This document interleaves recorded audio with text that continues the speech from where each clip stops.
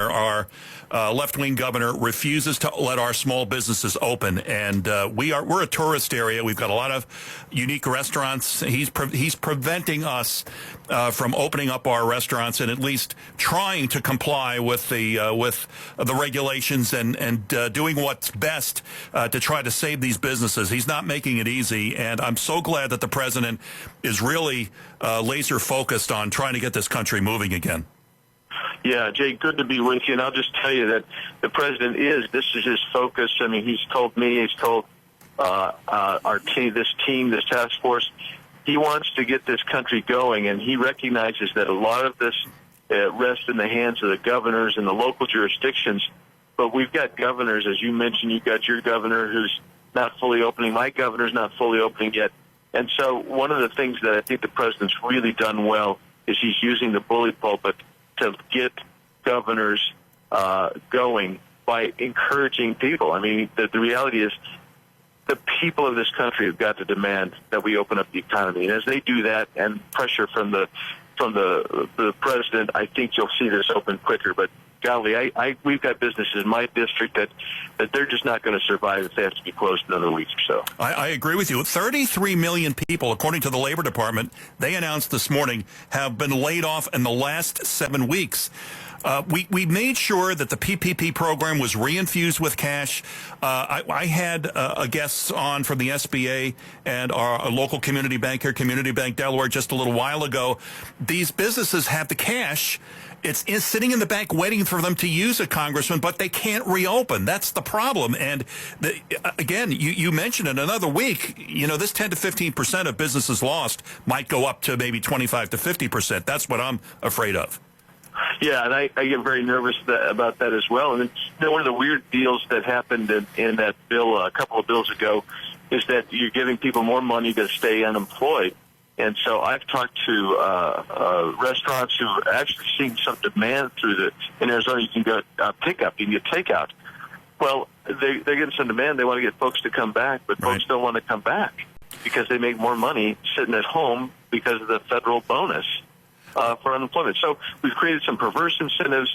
Then we have the what I call the oppression of some of the governors and mayors and county leaders around the country. And it's just not. It isn't even just the economy. It is religious affiliation and association that's being hampered as well. So we've got to not just turn on the economy. We've got to turn on the society. You have been a steadfast supporter of constitutional protections, and it's my understanding, Congressman, that you are very upset about what's going on around the country. Our churches are shut here. We had the situation of the mayor in Kansas City last week who wants to track people who show up in churches, and now we have the hair salon owner in Texas who's been put in judge and fined $7,000 for reopening her hair salon because she wants to feed her family. What's going on here? Well, some people think they have power. They don't have power. We have delegated authority from the people. The people have the power. That's why I say the people really have got to do here. But so I'm introducing legislation requesting William Barr investigate this. That lady, think about this. She applied for the PPP and did not get it. She applied for other programs, did not receive it. But she's got a family to feed. Yep. And she employed a security guard to make sure everybody was complying, everything she could possibly do. She was checking people's temperatures, foreheads before they came. She did everything to try to comply, and this judge threw the book at her anyway. A left-wing radical judge, by the way, Congressman. Exactly right. And that's the problem that we have here. How is it okay to go to a big box store, go into a grocery store, people going over and shopping, but I can't go to the local retail shop? You've got to be kidding me. The local furniture store can't open up. I've got people who call me every day. I've got a guy who's a 100% commission salesman. Yep. He sells furniture. He can't sell to the retail shop because the shop can't open. They can't sell to the consumer. This is, you know what, I'm afraid that we're going to be punching well over 35 million by the end of this week unemployed, and that really has got to be unacceptable. Congressman, it's been my position and my feeling that the Socialist Democrats in the governor's offices are trying to delay reopening as long as possible because they have gotten orders from Nancy Pelosi or whomever that they do not want any good economic news being released before November 3rd. In other words, they want to ensure, as the longer they delay this reopening, that the President Trump and his campaign cannot say that the recovery is underway. Now, as someone who's going to be a member of the president's task force to get the economy reopened, do you see that might be one of the things that they're trying to do, delay the recovery for political purposes? Well, look, what I'm going to tell you that I do know for sure is this. Nancy Pelosi, Clyburn, who's the majority whip in Congress, they've said they want to use this to move the country in the direction they want. And so they expand the size and scope of the federal government. They increase the spending and the national debt. They encourage closure. They foment hysteria and panic. And what that does, it allows them to arrogate power. The reason Nancy Pelosi has shut down Congress is because she can run it like an oligarchy. She's the only one here that's making a decision for the entire United States from the House of Representatives side. That is just that is an arrogation of power like you just can't imagine would ever happen in this country. So we've got to get the country open, get the society moving, get the economy moving again, because that's good for the country. If you're trying to keep the country closed up, you don't want what's best for the country. They continue to move these goalposts too, Jake. Don't forget that. Oh, yeah. First it was let's flatten the curve. Well, curve's been flat. Now it's something else, and it's amorphous. It's more, well, we don't want anybody to get sick. We don't like people dying. We don't like people dying. We don't like people to get sick. But you know what else?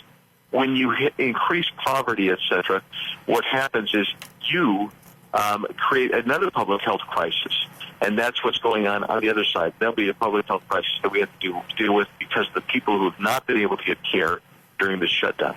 Our guest is Arizona Congressman Andy Biggs from the 5th Congressional District in Arizona. Congressman, how can we support the president's task force? You know, we may live in a blue state here in Delaware, but where I am situated right now, primarily a red county, there are many supporters of the president here. How can we support the task force? Can you give us any recommendations for us? What can we do to ensure that this task force has what it needs to get the job done and the support that it needs? A couple things come to my mind. First of all, we need the people to be speaking out to their elected officials relentlessly, vociferously. We need to turn it back on them. They always believe that if you just have a few people and they're really loud and they're screaming, that's going to, and it does, it changes narrative. Mm-hmm. We need Americans who want to open up to be loud and vocal about that.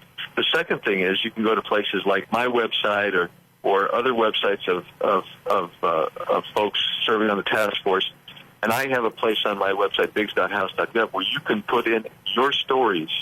We want to know what your story is about your businesses, so we can Very interesting. Help use those narratives to try to craft the narrative, because there's still uncertainty, there's still problems that people are concerned about.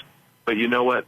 The best thing to do is to trust the American people. So that's what I would say. Trust your American people.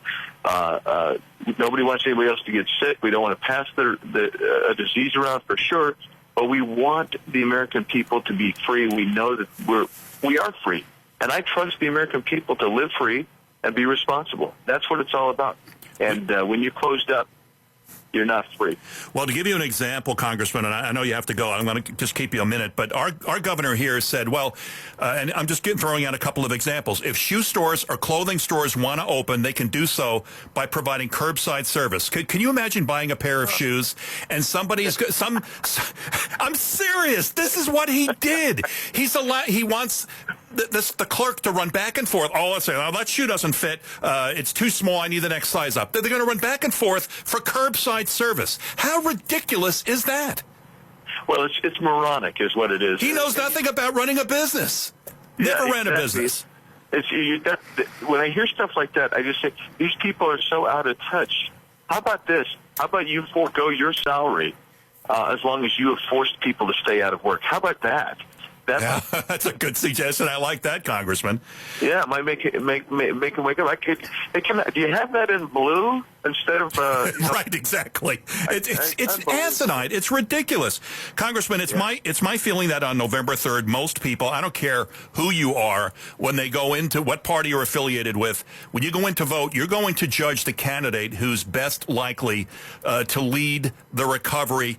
And I think that candidate is obviously going to be, in most people's minds, Donald Trump. Would you agree? Yes, I mean, if you take a look at the two candidates now, Donald Trump has given us a great economy. Yes. We got hit bad, but he's already delivered and proven that he can put more people to work in the history of the country, reduce unemployment, send wages up again, and make America strong economically. Joe Biden, I don't even want to say anything bad about. Yeah, no, I understand. Well, we're in Delaware, remember? Congressman, thank you so much for coming on, and I'm going to encourage our local business owners to go on your website and to get their stories on your website so they can be used with the task force operation, and hopefully those stories will help to get other businesses reopened. Yeah, we'd love to do that. Love to have that. Thanks so much. Oh, thank you so much. Congressman Andy Biggs from Arizona's 5th Congressional District. God bless you, Congressman. Good luck. Thank you, sir. You too.